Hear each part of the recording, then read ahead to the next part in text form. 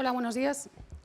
En primer lugar, muchas gracias por haber venido a esta convocatoria. Es para nosotros un placer compartir con vosotros la presentación de los resultados del informe, del estudio que solicitamos hace meses a Robert Pauling y que hoy ha venido a presentar ante la prensa. En primer lugar, querría agradecer a Jorge Lago y a la Fundación 25 de Mayo el esfuerzo realizado para llevar a cabo no solamente esta contactación y este informe, sino esta presentación, y también a Nacho Álvarez y al Círculo de Economía, los responsables economistas de nuestra organización, por el trabajo realizado a lo largo de estos meses que desemboca, digamos, en esta colaboración, en este documento y en esta presentación pública de propuestas alternativas que entendemos centrales para superar la situación de dependencia energética de nuestro país y, en definitiva, para empezar a fomentar el crecimiento de un nuevo modelo económico en nuestro país. Es para Podemos un honor contar aquí con la presencia de Robert Pauling, catedrático de Economía de la Universidad de Massachusetts y, sobre todo, gran experto en la formulación de modelos alternativos en términos de dependencia energética. En nuestro país hemos visto cómo todos los periodos de crecimiento económico se han visto acompañados de crecimiento también de nuestra dependencia energética y, por tanto, muchas veces los círculos virtuosos del crecimiento económico han acabado desembocando en un círculo vicioso de incremento de la dependencia en términos de recursos energéticos y no solamente eso, sino de alimentación de un modelo medioambientalmente insostenible.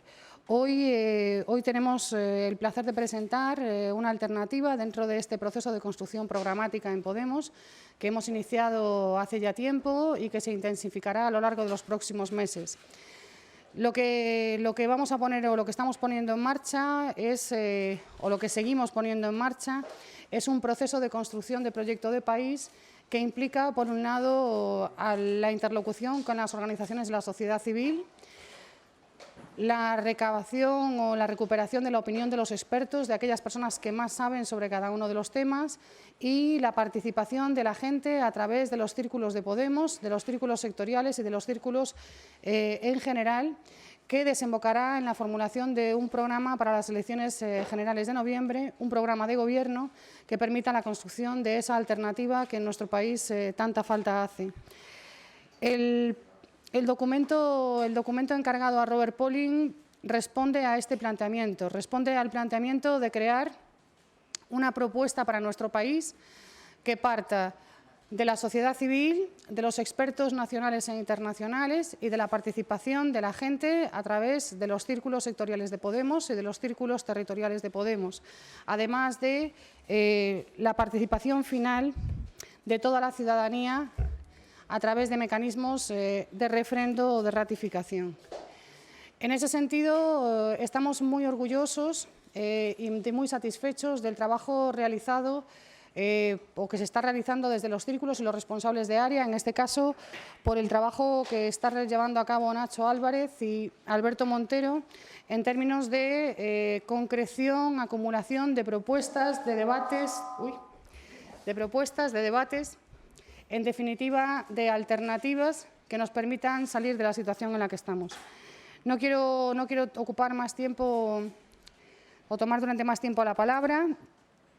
Le cedo a Nacho Álvarez, nuestro responsable del área de Economía, el turno de palabra para que os haga una presentación más exhaustiva de la figura de Robert Pauling y que podamos luego escuchar al propio Robert Pauling exponer esta propuesta. Muchas gracias. Buenos días, muchas gracias.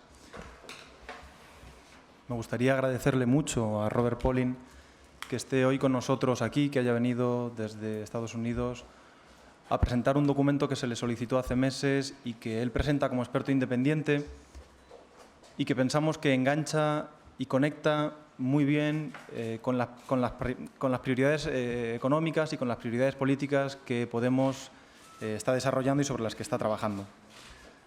Las prioridades sobre las que hemos venido trabajando en el terreno económico son muy claras, son conocidas.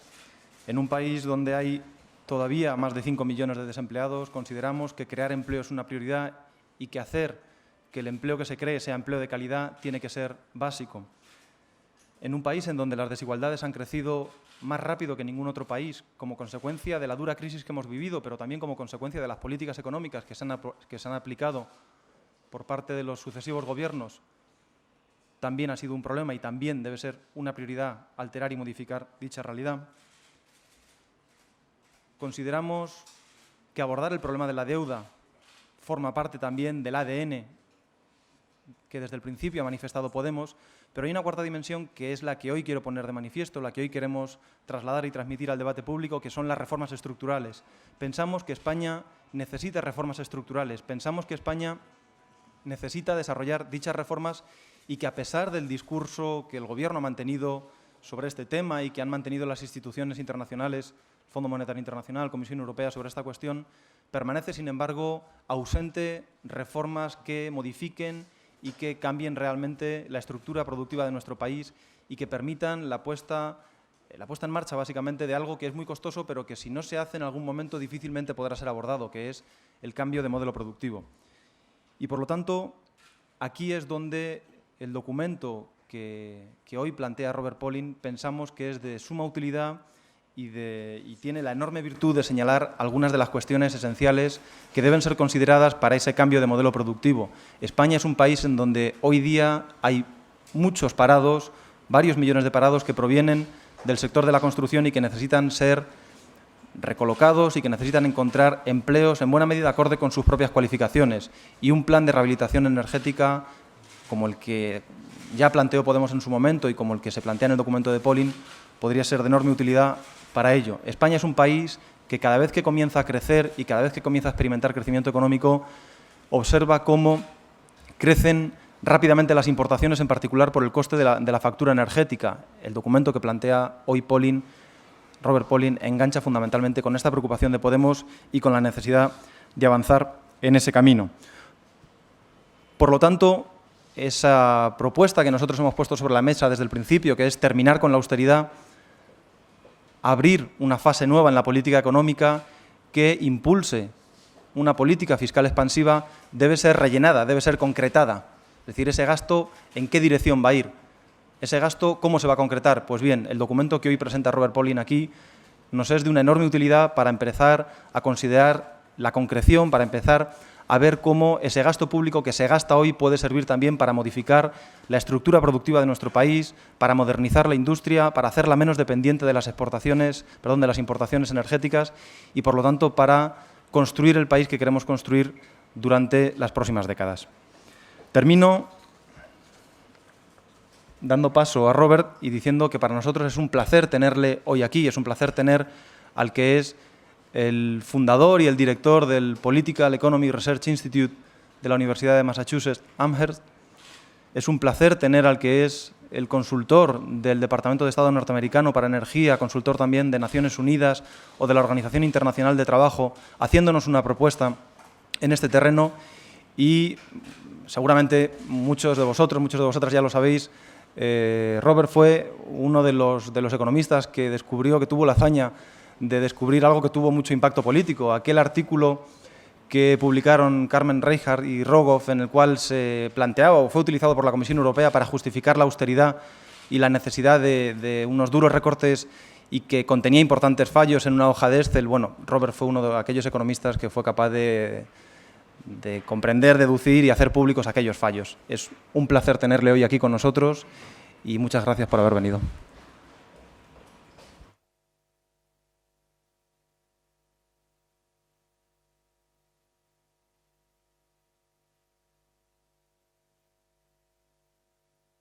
I used to be able to speak Spanish reasonably well, but I wouldn't dare attempt it today in front of this important audience. So I'm sorry about that. So I'm sorry I have to speak in English. I'm just going to present this basic program that I was asked to sketch out. It's a framework. There's still things that need to be developed. So I look forward to your discussion, questions, comments, and so forth. The basic program, it's not an entire macro program. It's focused on building the clean energy economy in Spain and what it would take to accomplish that. And Para esto.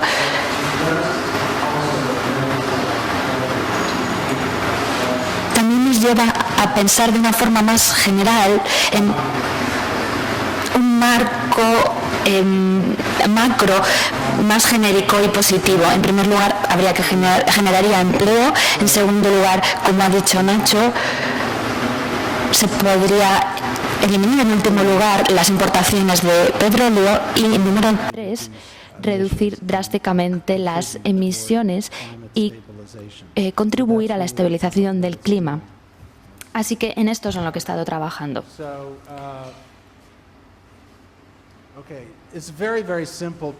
Es un programa muy sencillo. Sé que soy catedrático de economía y voy a dar algunas cifras. Podemos hablar de cifras. Es muy sencillo. Tiene 3 elementos. Incrementar drásticamente el gasto en la eficiencia energética, número 1. Incrementar drásticamente el gasto en fuentes de energía limpias y renovables, 2. Reducir drásticamente los combustibles fósiles, 3. Eso es todo el programa. Sí, eso es. Nos podemos ir ya, si estáis cansados. Pero es así de sencillo. ¿Y cómo se logra esto? Hablo básicamente de gastar 1,5% aproximadamente del PIB de España cada año. Es mucho dinero porque España es una gran economía. En dólares estaríamos hablando de unos 21.000 millones de dólares para financiar esto. Pero el 98,5% de la economía no forma parte de este programa, así que es una contribución modesta en lo que respecta al gasto a gran escala. Como he dicho antes, me gustaría que mantuvieran esta idea de las 3 ideas básicas.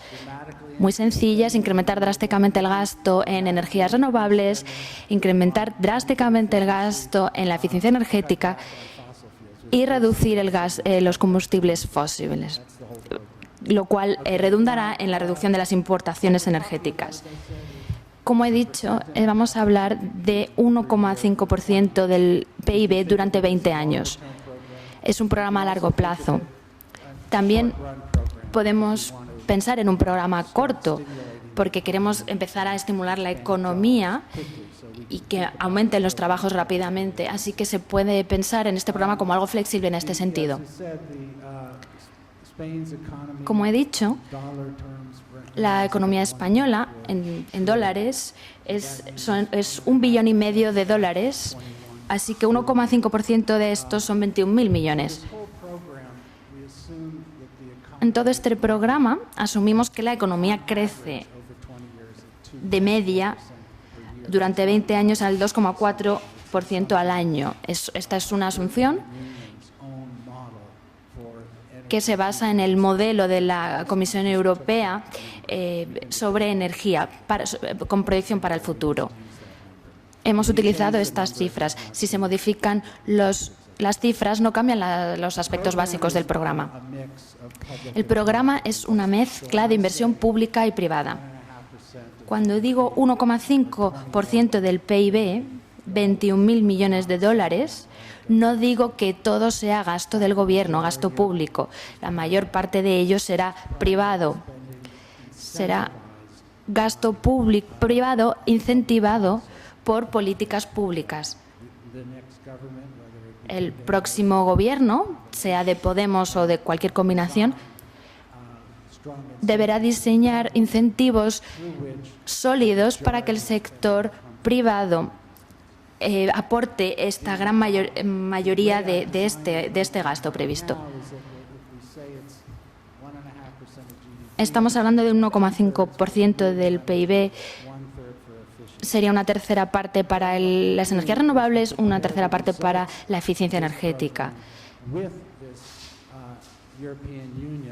Este programa se ha hecho utilizando un estudio de la Unión Europea que reflejaría el caso en el que se mantuviera el statu quo, ¿qué pasaría en España durante 20 años si se mantuviera así y qué pasaría si se siguiera el programa? Esto se va a llamar mantenimiento del statu quo, en siglas inglesas BAU.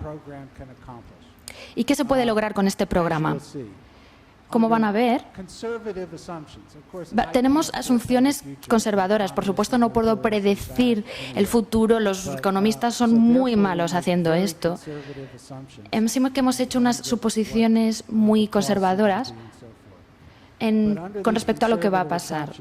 Una de estas asunciones es que vamos a ver unas reducciones grandes de las emisiones de CO2.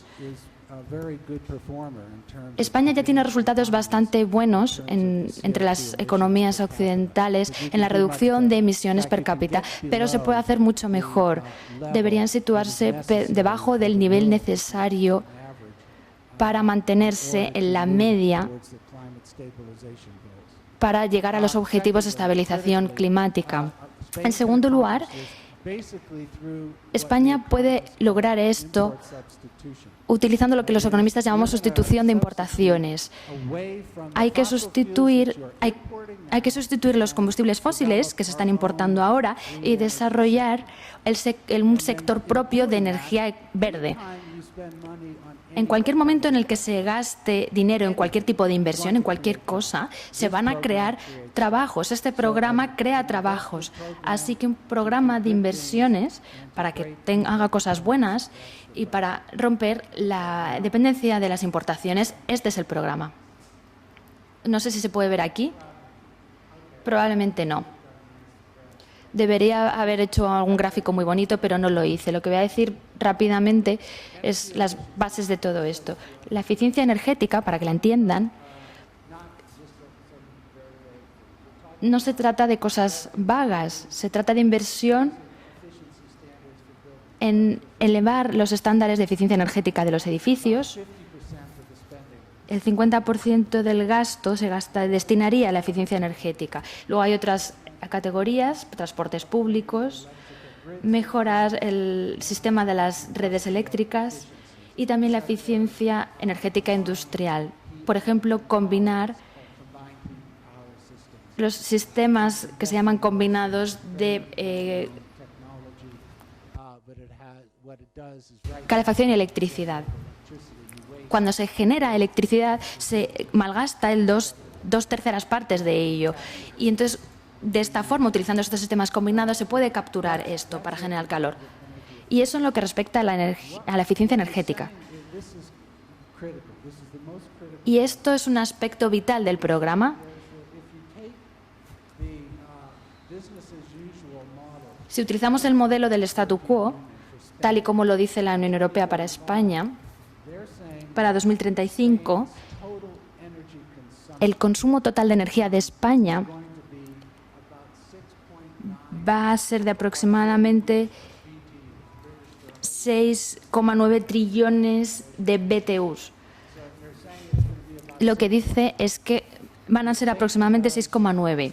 Si España aplica este programa, invirtiendo 1,5% del PIB durante 20 años, España podría situarse en 4,7, así que vemos de 6,9 a 4,7, una reducción absoluta, menos consumo de energía durante 20 años, mientras la economía sigue creciendo. Así que no es un programa anticrecimiento, no vamos a reducir el consumo de energía reduciendo la actividad económica, vamos a expandir la actividad económica, pero vamos a hacer que la economía utilice la energía de una forma más eficiente.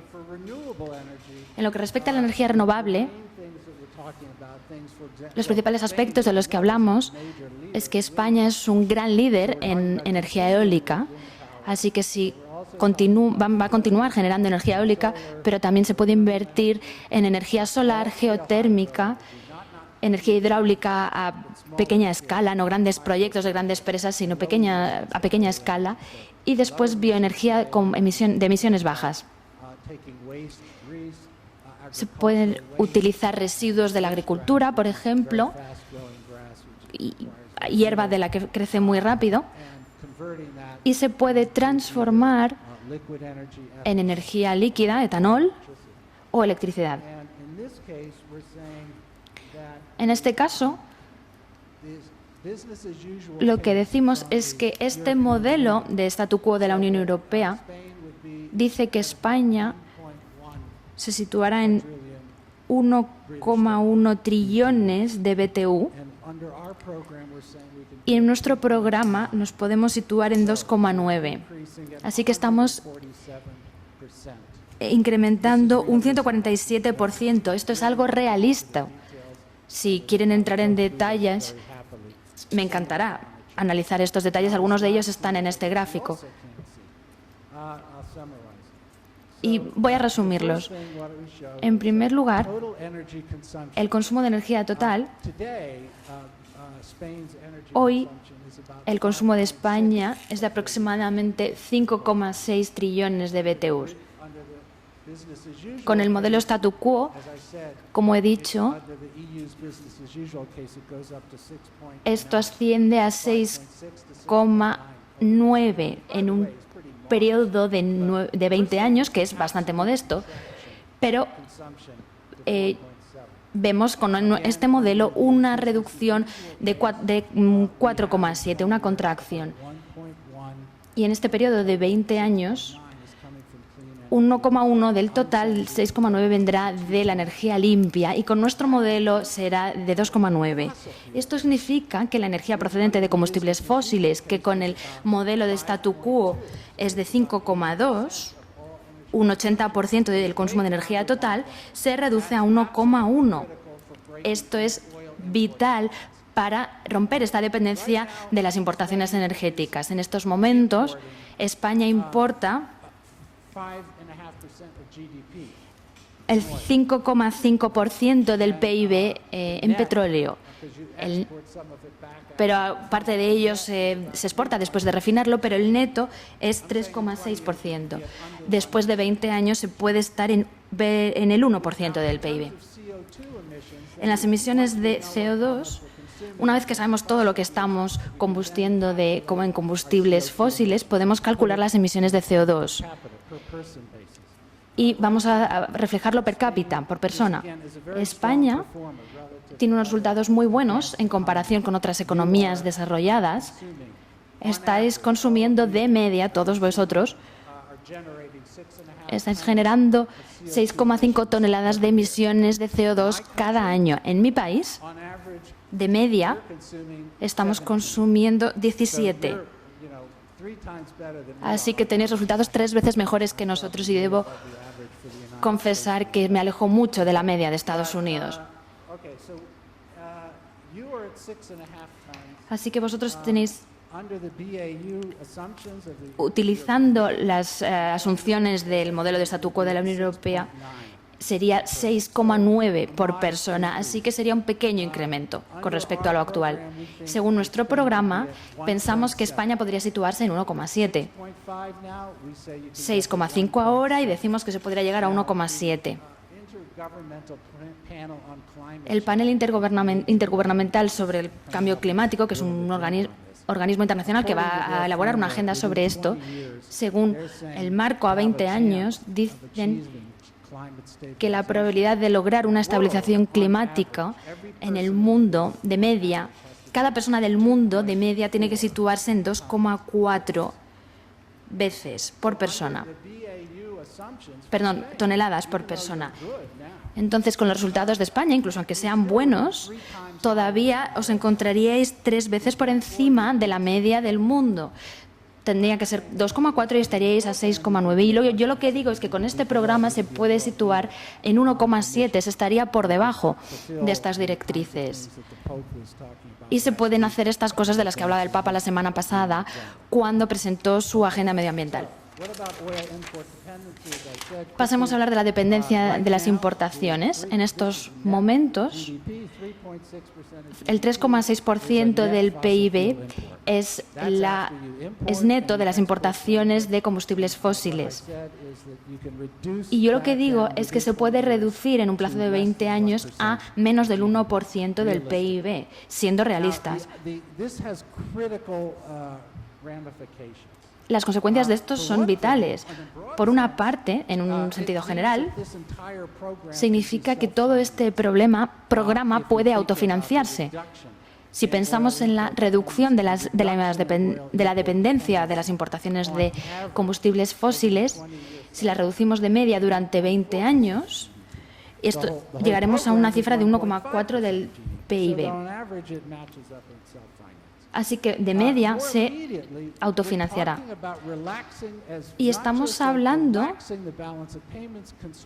de relajar la balanza de pagos de lo que limita el crecimiento. Y esto es vital. Cuando se comienza a crecer, no hay que preocuparse por las importaciones, por el crecimiento desproporcionado de estas. Y, por lo tanto, se puede pensar en incrementar los salarios, los empleos. Como ha dicho un documento de la Comisión Europea sobre España hace unos meses, el programa del que hablan con respecto al crecimiento es que hay que tener competitividad en exportaciones y básicamente supone reducir más los salarios. Y al contrario, con este marco podemos hablar de una agenda de crecimiento en la que los salarios pueden incrementarse realmente. Siento una vez más que esto no se puede ver bien. La próxima vez que venga haré gráficos muy bonitos. En lo que respecta a los empleos, en un año de programa estamos hablando de 320.000 empleos. Es 1,5% del mercado laboral. El mercado laboral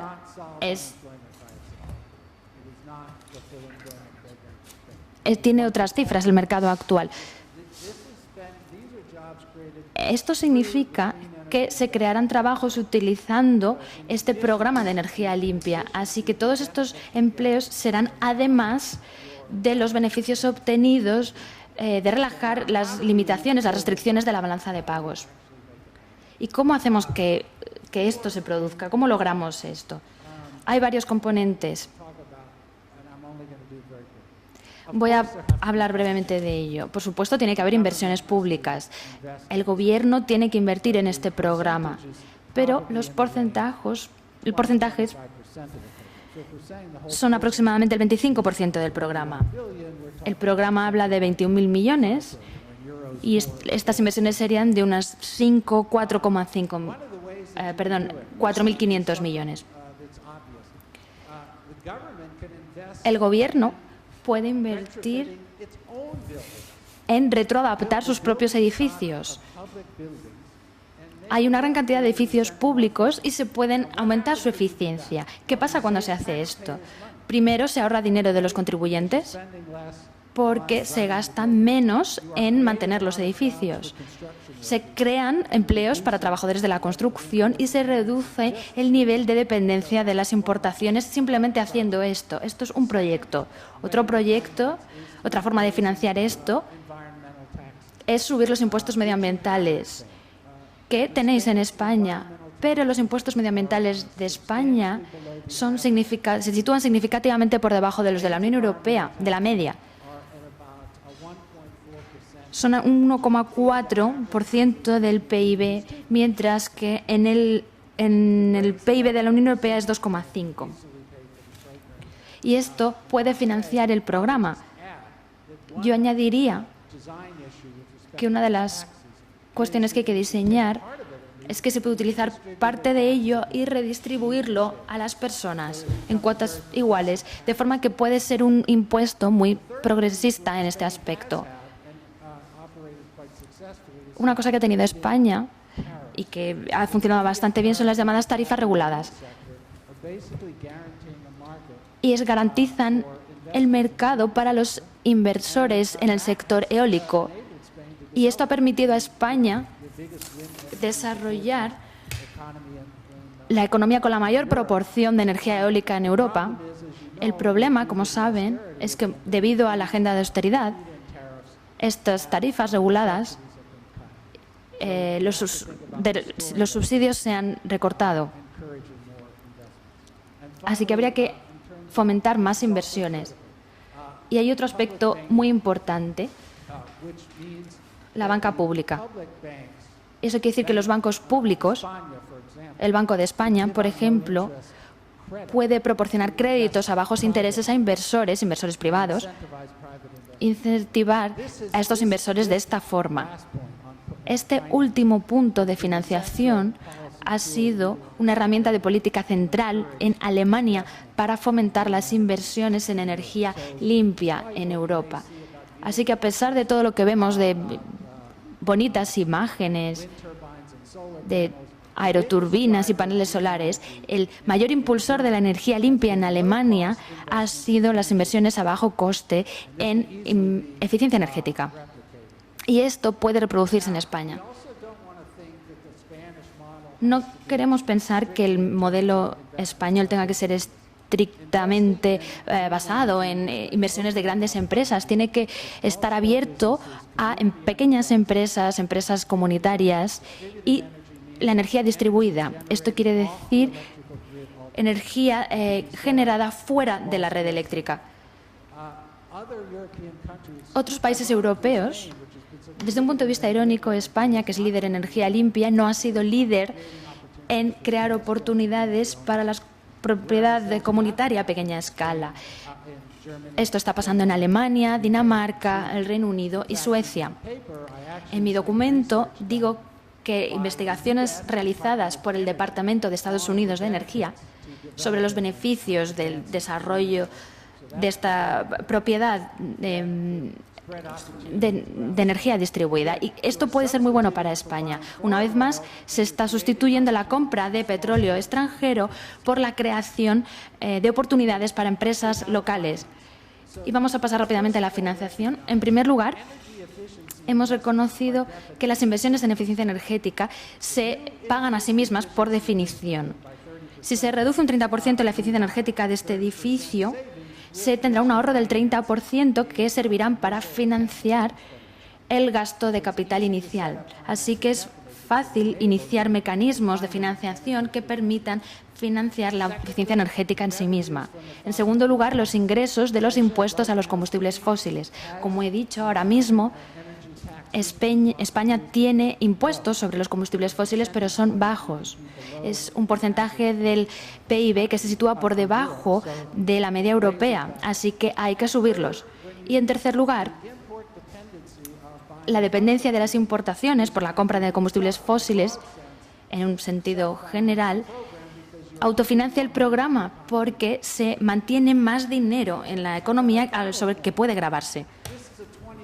Esto es un programa a 20 años, pero ¿qué ocurre este año, los próximos 6 meses? ¿Qué podemos hacer a corto plazo para luchar contra el desempleo? En primer lugar, si queremos aumentar este programa durante estos años, necesitamos un programa de retroadaptación. Es un buen lugar para empezar. En primer lugar, se van a obtener ahorro desde el primer momento. En segundo lugar, no hay que utilizar nuevas tecnologías.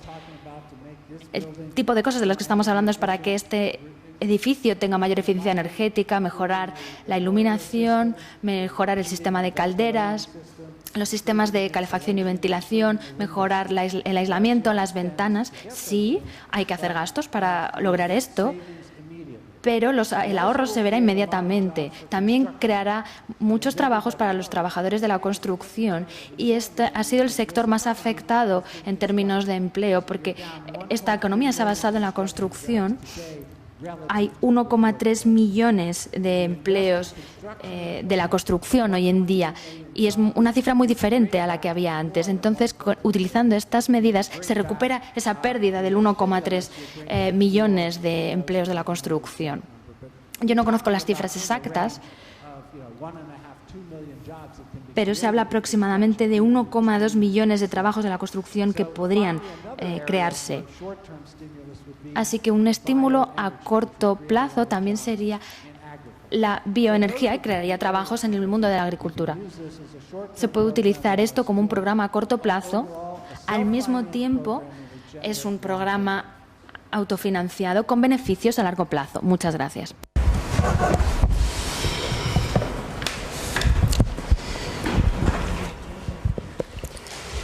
Bueno, gracias. ¿Se oye, verdad? ¿Se oye? Gracias por la asistencia y gracias Robert por el informe, por el trabajo largo que está detrás de este informe. Gracias, como se ha dicho, a los compañeros del Instituto 25 de Mayo y a los compañeros del área de Economía por todo ese trabajo que está detrás de esta presentación, que no se ve, pero que asume hace ya mucho tiempo el reto de una propuesta solvente y detallada para satisfacer las expectativas de cambio. Lo que nos ha traído hasta aquí es un colapso protagonizado por las políticas de las élites tradicionales. Hay que decirlo claramente. Las políticas que nos han traído hasta aquí han sido políticas que han fracasado. Han convertido a nuestro país en un país más desigual, el país en el que más ha crecido la desigualdad en la Unión Europea. Esto no es un fenómeno natural. Esto es el resultado de unas políticas que han dividido nuestro país entre una minoría que sale de la crisis muy fortalecida y una mayoría que ha visto cómo retroceden sus condiciones de vida. Ha debilitado nuestro sistema productivo. En otras palabras, enfrentamos los años siguientes más débiles como país que como entramos al inicio del programa de ajustes y de recortes. Somos hoy más débiles, tenemos una economía más débil. Ha hecho retroceder derechos acumulados por las generaciones anteriores a niveles que eran impensables hace 10 o hace 20 años. Es un proyecto de país que ha expulsado a 1/3 de nuestra ciudadanía a las condiciones de la pobreza, es decir, que no tiene nada que ofrecerle al menos a 1/3 de nuestro país. Y quizá más grave que todo esto, es un proyecto que ha llegado a un callejón sin salida. Las élites actuales no tienen nada que ofrecer más allá del intento de miedo o seguir con la utopía perversa de que devaluando nuestras condiciones de vida vamos a poder competir mejor y vamos a ser una economía más fuerte. Como si tuviera algún sentido intentar competir con los países emergentes o intentar competir con China por salarios más bajos, por condiciones de vida peores, por menos inversión, por una economía del subdesarrollo. Por eso para nosotros es tan importante lo que presentamos hoy aquí. Nosotros hoy presentamos el primer paso de lo que es un pilar central para una reconstrucción de la economía española y también para un proyecto de país. Cuando decimos un proyecto de país, estamos hablando de una propuesta de futuro que recupere lo mejor de los esfuerzos de las generaciones anteriores y le ofrezca un horizonte en el que vivir dignamente y desarrollar sus capacidades a las nuevas generaciones. Y aquí queremos ser muy tajantes al respecto. Un proyecto de país no es ponerse detrás banderas muy grandes. Un proyecto de país no es la cultura del pelotazo y del corto plazo. Un proyecto de país tampoco es ir a Bruselas a recibir los deberes de la señora Merkel, que son siempre los mismos deberes: recortar las condiciones de vida de los españoles, excepto de los españoles que le son obedientes a la señora Merkel. Un proyecto de país es plantear una propuesta de mirada larga y una propuesta valiente que se atreva a pensar en las siguientes décadas de desarrollo de España y de las siguientes décadas de condiciones de vida de los españoles y que afronte el mandato que creemos una mayoría creciente de españoles está trasladando en las urnas. La necesidad de cambio político que no se agota en el cambio de caras, en el cambio de corbatas, ni en colores nuevos que apoyan a los colores viejos. La necesidad de cambio político es la necesidad de recuperar un proyecto de país que no deje a nadie atrás, que permita imaginar décadas de desarrollo después de esta década perdida de recortes y que permita imaginar un futuro en el que la mayor parte de la gente no viva con miedo al día a día, no viva con miedo al mañana. Somos conscientes de que la entrada, fundamentalmente en los ayuntamientos, pero también en las comunidades autónomas, de representantes del cambio político, desbarata los intentos de decir que hay que tenerle miedo al cambio político. Millones de ciudadanos ya están gobernados por alcaldías de cambio político y van a poder comprobar en qué medida las propuestas de cambio permiten que las cosas se hagan de forma diferente, al servicio de la gente y no de los privilegiados. Pero somos también conscientes de que frente al intento de las élites de que la gente le tenga miedo al cambio, tenemos que hacer un sobreesfuerzo de solvencia, de propuesta, de detalles y de concreción de los grandes anhelos de la mayoría de nuestro país en propuestas serias, en propuestas solventes, en propuestas que recaben el apoyo de los mejores expertos que pongan su conocimiento y su experiencia al servicio del cambio político. Eso para nosotros se traduce en dos ideas. En primer lugar, en la idea de romper el círculo perverso: deuda, recortes, empobrecimiento, más deuda. Hemos visto en otros países de nuestro entorno hasta qué punto ese círculo perverso es un círculo que conduce al subdesarrollo. Más recortes, más asfixia, una economía cada vez más empobrecida, más deuda y, por tanto, más necesidades de recorte. Ese ciclo es un ciclo fallido y quienes lo practican o quienes lo defienden, sea por ignorancia o sea por cinismo, están defendiendo un ciclo fallido que solo le trae dolor innecesario a los pueblos. Frente a ese, creemos que hay la posibilidad de un ciclo virtuoso, un ciclo de más inversión en sectores de más valor añadido, de más tecnología y de mayor capacidad de empleo, inversión pública que es capaz después de arrastrar inversión privada y, por tanto, de abrir un ciclo de enriquecimiento, mayor inversión, mayor creación de empleo y, por tanto, mayor demanda agregada, mayor consumo y, por tanto, mayor capacidad de financiación de un ciclo expansivo de la economía. Para eso hay que dejar de pensar en el corto plazo, hay que dejar de pensar en las próximas elecciones o en el próximo tirón de orejas de la señora Merkel o de la señora Christine Lagarde. Hay que pensar en ciclos largos, hay que pensar en términos de país y hay que quebrar el ciclo corto de los recortes y el empobrecimiento y abrir un ciclo de expansión de la economía. La segunda idea central: hemos de ser capaces de competir por arriba. Los intentos de hacer que España y los españoles compitamos por abajo con los países más empobrecidos son intentos fallidos. Tenemos que ser capaces de competir por arriba, en sectores de más innovación tecnológica, de más valor añadido, en sectores que sean capaces de repatriar a una parte de la mejor juventud que se ha tenido que ir de nuestro país, en sectores que recuperen las capacidades de aquellos que han sido expulsados del mercado laboral, en sectores que creen empleo de calidad, que permita mayor consumo y que, por tanto, permita, como decíamos, más demanda agregada y que permita un ciclo expansivo en la economía española. ¿Por qué no se ha hecho esto hasta ahora? ¿Por qué no se ha apostado por esto? No se ha apostado por esto porque es muy difícil que apuesten por esto aquellos partidos políticos cuyas campañas electorales financian precisamente los sectores más beneficiados de la economía de base estrecha y de la economía del pelotazo. No van a poder apostar por este ciclo largo aquellos que dependen para su existencia como formaciones políticas de la financiación de los pequeños sectores más beneficiados de la economía del pelotazo. Asumimos que es necesario levantar un proyecto de país, asumimos que los plazos son cortos, los compañeros que están trabajando en el programa ya están trabajando en una propuesta solvente que a la mayoría que mira con esperanzas el cambio le tienda la mano y le diga efectivamente hay pasos concretos, inmediatos para dar, en este caso, para reducir las emisiones de CO2, para reducir la dependencia energética de nuestra economía y, por tanto, ser más competitivos, no reduciendo los salarios, sino reduciendo lo que perdemos cada año en suministrarnos de energía. Para dar pasos hacia el cambio de modelo productivo y de patrón energético. No vamos a ser capaces de salir de la grave crisis social en la que estamos si no reducimos tanto la dependencia energética como un modelo productivo de base estrecha, hiperdependiente de dos sectores que, como hemos visto, son los más afectados cuando hay condiciones económicas adversas en el escenario internacional.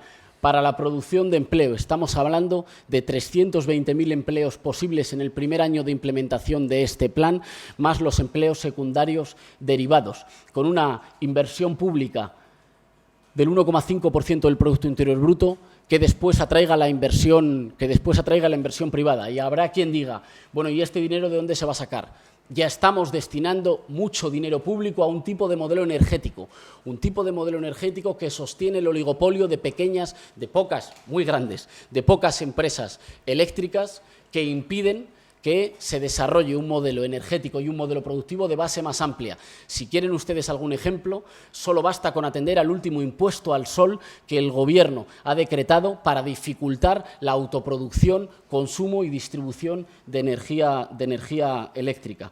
Y en última instancia, el último objetivo, la democratización de la economía. Hace falta ampliar la base de la economía, incorporar a pequeñas y medianas empresas, incorporar a cooperativas, incorporar a familias, incorporar la capacidad adquisitiva y la capacidad económica de una base más amplia de nuestro país. No saldremos de la crisis haciendo a unos pocos más beneficiados y a unos muchos pagando una salida de ciclo corto, una salida de callejón cerrado, en el cual nos condenan a ser un país, ya digo, más desigual y, por tanto, que desperdicia capacidades económicas. Somos conscientes de que esto implica valentía, somos conscientes de que esto implica mirada larga, somos conscientes también de que se va a mirar con lupa, estamos orgullosos de ello. Lo que presentamos hoy y lo que vamos a seguir presentando es un proyecto para la reconstrucción económica de España y un proyecto de país incluyente para las siguientes décadas. Para nosotros eso es el cambio político. Muchas gracias y a partir de ahora quedamos a disposición de vuestras preguntas sobre lo que hemos expuesto.